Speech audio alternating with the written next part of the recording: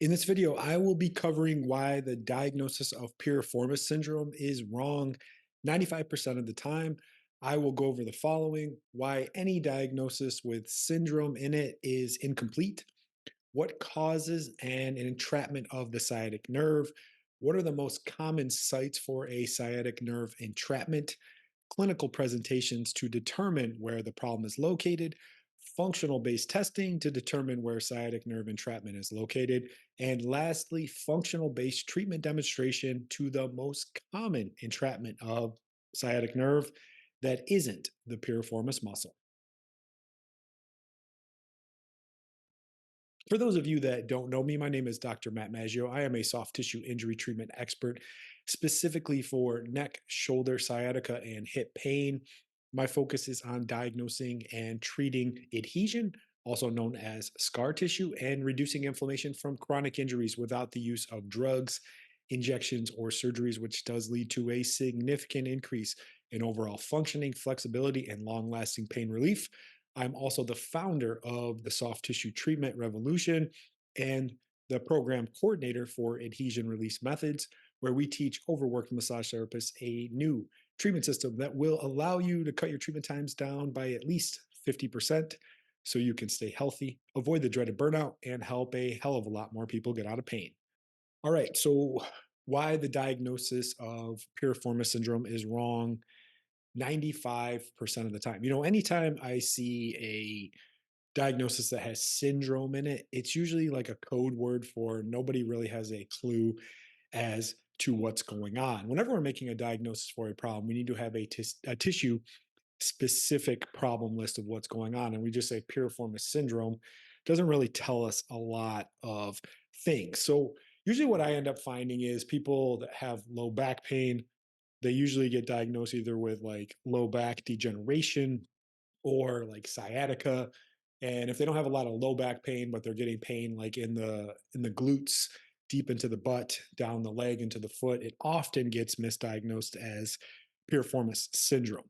So nerve entrapments are really common. They're a really big deal, and they're often missed by a majority of providers out there. So essentially what happens over time with bad postures, overwork, I guess sitting too long, and even direct injuries and lack of movement, the muscles don't get enough blood flow and they don't get enough oxygen. And they start to develop what's called adhesion. Adhesion's like glue that gets inside the muscle, makes it weaker, less flexible. It just builds up over time. But eventually that adhesion builds up even more, and eventually it gets stuck to the nerve. And nerves are built with that extra slack to get where they need to go. And a lot of times it gets caught up starting in the back and down in the hip as well, and then it pushes on that sciatic nerve. And when an entrapment occurs, it presents clinically with like some numbness, some aching, some burning, and even some tension and sometimes pain down the back of the leg into a referral source. And a lot of times it either gets mislabeled as sciatica or piriformis syndrome. Now, there's a lot of areas where the sciatic nerve can get entrapped, but the most common area where it gets caught is actually deep in the hip rotator muscles, specifically on what's called the superior gemellus. It's one of the external rotators of the hip. Now, the nerve kind of goes straight down and it sits right on top of there. And it's like really a perfect pivot point for when we're sitting. That nerve gets jammed and stuck right into that area.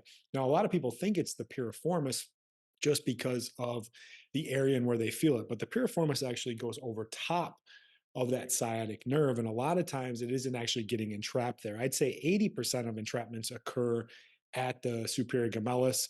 Another 10% can occur down through the hamstrings, through the adductor magnus, through some of the other deep hip rotator muscles. And then maybe about 5% actually occur in the piriformis itself. They say there's like some genetic anomalies with different people based off where if the sciatic nerve pierces through the piriformis or goes under it or below it. Most people, it actually goes under, so it doesn't actually have a lot of contact directly with it. A lot of things that I like to do when I'm trying to determine, is this person having like a sciatica-like presentation? I feel like piriformis syndrome and sciatica kind of get put in hand, and they're actually don't tell us anything of anything. So what I like to do is clinically, I really like to ask a couple questions. I go through a full history when I'm working up a clinical evaluation for a client. I don't just jump right into the treatment. But one of the key factors that I like to ask, especially if people are having like sciatica-like symptoms, is if you had to say you had to sit for an extended period of time, or you had to stand for an extended period of time, which one would you rather not do? Which one do you think is going to create more symptoms? So if they end up saying that sitting loads it a lot more, I'm thinking more and more likely that I'm probably having some dysfunction somewhere in the low back, anywhere from, I'd say, L3 all the way down to S1. There can be issues in supraspinous ligament. There can be issues in all the lumbar fascia. There can be issues in the lumbar erectors, multifidus, longissimus, iliocostalis. There can also be some issues with the lumbar facet capsules. There can even be some entrapments of like some more superficial nerves like the cluneal nerves, but also just the nerve roots where they come out there as well. So one of those clinical presentations I really look for is it worse with sitting? I'm thinking I have more of a low back problem. Now, if it's worse with standing, I'm getting more suspecting of an entrapment somewhere, usually in the deep hip rotators and possibly in the hamstring as well. Because when they go to stand, if that entrapment's occurring, it's going to pull on that. And a lot of times it'll create pain, maybe in the low back, down the hamstring into the calf. They don't tend to have a lot of pain right where the entrapment site is, specifically on that superior gemellus, but a lot of times that gives me some data about what's going on. So once we collect the data, we can kind of start to make some assumptions about potentially what's going on. Do I have a problem with the soft tissue? Do I have a nerve entrapment? Is the fascia inflamed? Anything else in there? And we're really getting a working diagnosis of what's going on, because like I said, we want to get to that tissue specific type of diagnosis so we can figure out exactly what the problem is, because if we don't know what it is, we sure as hell can't fix it in the first place. So what I want to include first in this video is a functional based test that I do to help me determine exactly where that sciatic nerve may be getting entrapped. It's called a straight leg raise, and we do some things where we increase some tension and decrease some tension. Really gives me an idea, is it getting caught up more in the back, more at the superior gemellus, or more in the hamstring? So I'm going to link that video up first. So this test is going to be the hamstring functional test, and I'm going to take you through the full test for that. So client's going to be laying down on the table, nice and neutral here, legs straight, and the first thing you're going to do is just kind of get an idea of the overall range of how things are going. So what I like to do first is kind of kneel down, and I'll hold on the top here right above the knee, and I'll get a little bit of extension there. That'll allow it to lock in place. And the first step you're going to do is you're just going to lift that leg up nice and easy. And you'll kind of get a feel for what that's like. It might give you a lot of resistance, especially if there's a lot of dysfunction in the hamstring, or there's an entrapment of the sciatic nerve, or even a disc problem in the low back. So kind of get an idea of what that feels like and where that end range is. So once you do that, then you're going to lift that up, and then I want you to kneel down on the table and let that back of the Achilles rest right here. And then you're going to go just above the knee and pull in a little bit and lock down. And then I want you to stand up in through that motion. And what you're going to feel is how much resistance you're getting back from behind the heel. That's going to let you know where that limit is. And you're going to ask the client, where do they feel the discomfort? So you want symptom location. What does that feel like? And how intense? So you're going to get all of that data and get a better idea of what's going on. And you want to watch this other leg as well. You want to make sure that stays on the table. A lot of times they'll go here, and then they get some extra range of motion and some more movement that can alter that test. So once you've collected all that data, now what you want to do is see if it's actually coming from the sciatic nerve or if it's coming from the hamstring. So the last part of that test is you're going to go through here,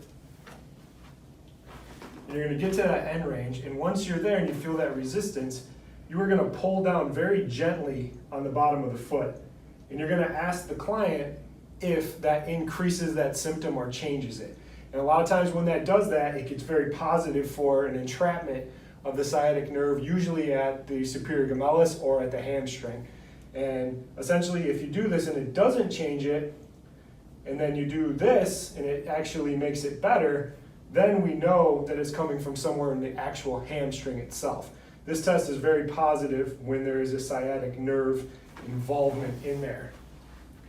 And like we said, normal range should be right up here to 90, with the other hip down on the ground.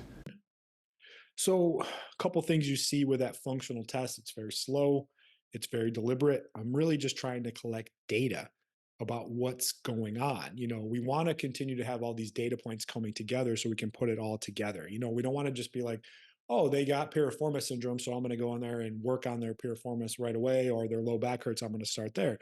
We want to know where the problem is. So much of treatment is focused solely on like symptoms and what's going on. Symptoms are important. They tell us there's an issue going on there, but a lot of times those are some effects of other things going on. And a lot of treatment focuses solely on just getting rid of the effect, but not actually getting to the root cause of what's going on. Now that we've isolated and we know for sure based off of our history, our palpation, our functional based test that we have an entrapment of the sciatic nerve, I'm going to go where it's most common. Like I said, 80% of them occur in the superior gemellus. So I'm going to go there first and check that. I want to check the most common area first and not worry so much about the outliers about what's going on. So what I want to include next in the video is a functional based treatment demonstration of a sciatic nerve entrapment specifically at the superior gemellus. So I'm going to link that up right now. Now we're going to get into the sciatic nerve treatment. The client position is very important. You want them to be stacked up to the edge of the table, have that shin tucked nice and parallel. And then essentially what we're going to do is bring this leg over nice and straight because it's going to create tension on that nerve and it's going to sit right against the table. Now the motion for the client is they're going to start, once we apply depth and tension, they're going to start by moving their leg just like that. They're going to reach behind with the hand and pull it just like that. And that's going to create that motion and that tension. Now the key is getting on that and finding the palpation. You've watched the video, now you know where to go. Now the key here is your body position where you line up. So once you're in here and you find the area, you have the trochanter, you have the back of the trochanter, and then you sink into that space. This space up here is hip capsule. This back here is sciatic nerve. Once you find that, your hand is going to be nice and flat. See how that's flat in there? You don't want to be tented, you don't want to be grabby with that. Then the next thing you're going to do is you're going to back that up with that opposite thumb. What you're going to do next is back that up with the opposite part here. That's going to help you get your depth. So once you find that area, what you're going to do is you're going to be right over top of it. Your thumb is going to be in just like that, and you want to be up on your toes, arms nice and straight, and you're going to lean in just like that. And then you're going to get some more depth by pushing with this opposite arm. And then your tension is going to be that slow body lean. And then the client is going to start to go through that motion and start to move that. And you're just going to keep your sternum right over the top. And sometimes when they're really having some trouble moving that, you're going to sink in, push in like that, tension, go ahead. And you might have a client that has some trouble with that. What you're going to do is readjust, and you're going to get the rest of that motion in there to open up, just like that. Now the key here is your mechanics and your body position. So you want to be up on your toes, and you want to have your arm nice and straight, and you're going to sink in just like that. Your depth is going to be that push here, and your tension is going to be that lean away. And what you'll see is when you're doing that, you're going to kind of pivot on your feet and pivot on your toes. That's going to help you keep your sternum over top. Because if you keep your sternum over top, it's going to allow you to keep the right vector and make that a more effective treatment as well.